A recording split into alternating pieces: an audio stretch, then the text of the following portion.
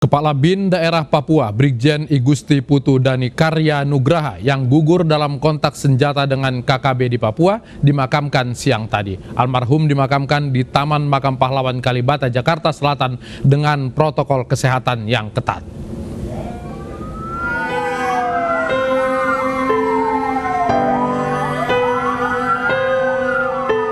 Iring-iringan kendaraan pembawa jenazah Kepala BIN Daerah Papua Brigjen TNI Igusti Putu Dani Karya Nugraha tiba di Taman Makam Pahlawan Kalibata, Jakarta Selatan pukul 10 pagi tadi.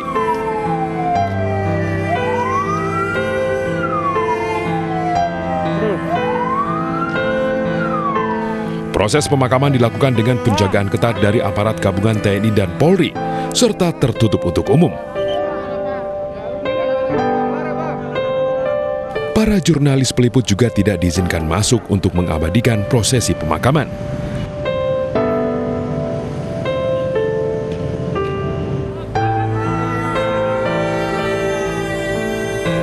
Sebelumnya, jenazah Brigjen Igusti Putu Dani Karya Nugraha disemayamkan di Balai Komando Kopassus Cijantung, Jakarta Timur.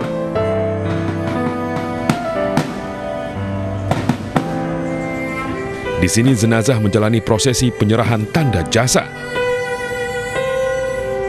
Brigjen Igusti Putu Dani gugur dalam kontak tembak dengan KKB di Kabupaten Puncak, Papua, 25 April lalu saat akan melakukan tinjauan di lokasi bekas pembakaran sekolah oleh KKB.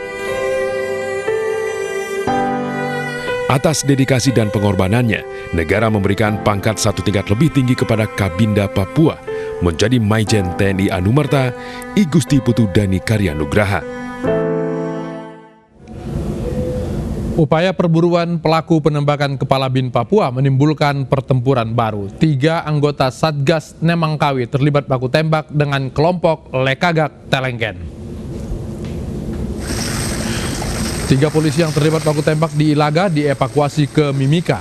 Barada Komang meninggal dunia, sedangkan Ibda Naton Tonapa dan Bribka Saifuddin terluka tembak. Mereka terlibat baku tembak dengan kelompok KKB pimpinan Lekagak Telenggen yang diduga sebagai pelaku penembakan yang menewaskan Kepala BIN Papua. Baku tembak terjadi pagi tadi di markas Lumawi, distrik Ilaga, Kabupaten Puncak. Evakuasi tidak mudah karena heli juga ditembaki kelompok KKB. Alternatif lain, evakuasi dilakukan melalui jalan darat.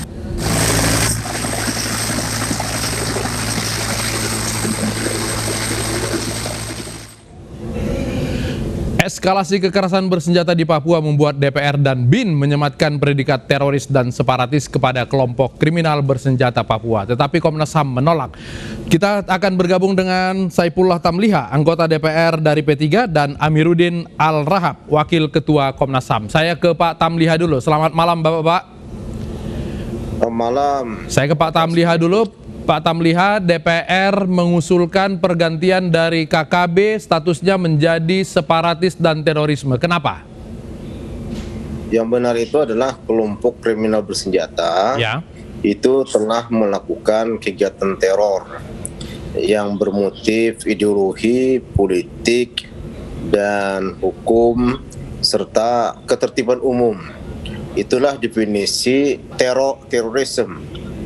Kita merevisi undang-undang tentang tindak pidana terorisme itu kemudian menjadi Undang-Undang Nomor 5 Tahun 2018. Bertahun-tahun kita hanya ingin mendefinisikan secara utuh apa sih definisi terorisme itu, dan ternyata kita bersepakat bahwa terorisme itu selama ini tidak identik hanya kepada kelompok agama yang radikal tertentu, tetapi siapapun yang melakukan tindakan-tindakan teror yang berakibatkan meresahkan masyarakat, membuat takut orang, kemudian motifnya apakah ideologi, apakah politik, ataukah ekonomi, atau ketertiban umum. Nah, ketertiban umum itu telah dilakukan oleh KKB sejumlah serangkaian pembunuhan, pemerkosaan, tidak hanya para perwira TNI dan Polri kita, tapi kepada guru juga ya, telah melakukan pemerkosaan, kemudian pembunuhan kepada warga-warga sipil yang tidak berdosa. Terkait kepada penanganan kepada kelompok ini, apa yang berbeda ketika istilah itu dirubah dari kriminal bersenjata menjadi separatis teroris itu? Separatisme dengan terorisme itu berbeda. Separatisme itu adalah sekelompok orang yang ingin memisahkan dirinya dan wilayahnya dari negara kesatuan Republik Indonesia ataupun negara-negara lain. Namanya juga ingin memisahkan diri, itu disebut dengan separatisme. Artinya, sementara terorisme itu adalah melakukan aksi teror. Apakah nanti pimpinan tindakan kepada Papua ini yang selama ini diambil oleh kepolisian akan berganti kepada pihak lain kalau ada istilah teroris di sana? Ya, makanya untuk mengantisipasi itu di dalam Undang-Undang Tindak Pidana Terorisme nomor 5 tahun 2018, maka Polri bisa diperbantukan oleh TNI. Jadi TNI melakukan operasi militer selain perang terhadap terorisme ini. Dan ini sudah keterlaluan pelanggaran HAM yang luar biasa bagi warga Papua dan masyarakat Indonesia. Baik, Pak Saiful, saya ke Pak Al-Harap dulu. Pak Al-Harap, Komnas HAM tidak setuju dengan penggantian istilah dengan penyematan status separatis dan teroris. Kenapa? Bukan soal setuju nggak setuju ya. Saya ingin sampaikan pertama, tentu saya mengucapkan rasa duka yang sangat dalam dengan jatuhnya korban. Ini korban yang kesekian dan tentu ini memprihatinkan kita bersama.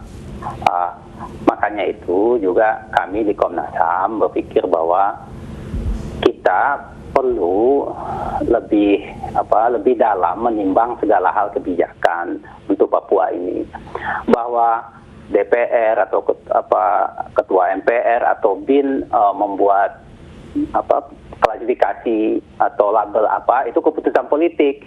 Itu silakan saja gitu. Yang akan berbeda di lapangan dikhawatirkan oleh Komnas HAM apa kalau kemudian statusnya itu diganti menjadi separatis teroris itu, Pak Rahab? Itu yang kita nggak tahu hari ini. Apa parameter yang dipakai, apa faktor-faktor yang menuju ke sana dibuat itu. Karena begini, saya lebih baik kita berpikir bagaimana menyelesaikan masalah konfliktual yang ada di Papua ini sehingga kita tidak terus-menerus korban jatuh gitu loh.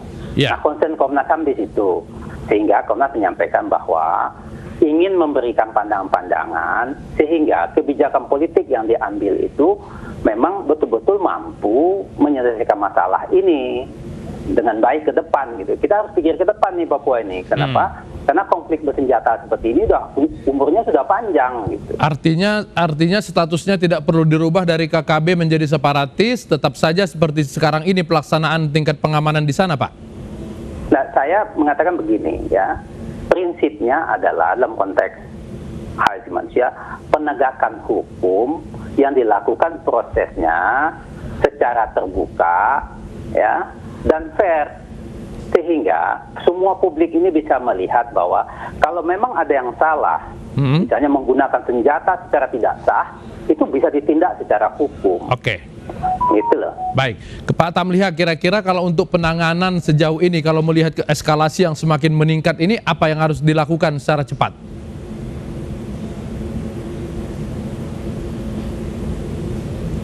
Halo Pak Tamliha. Baik, ke Pak Al-Rahab. Pak Al-Rahab.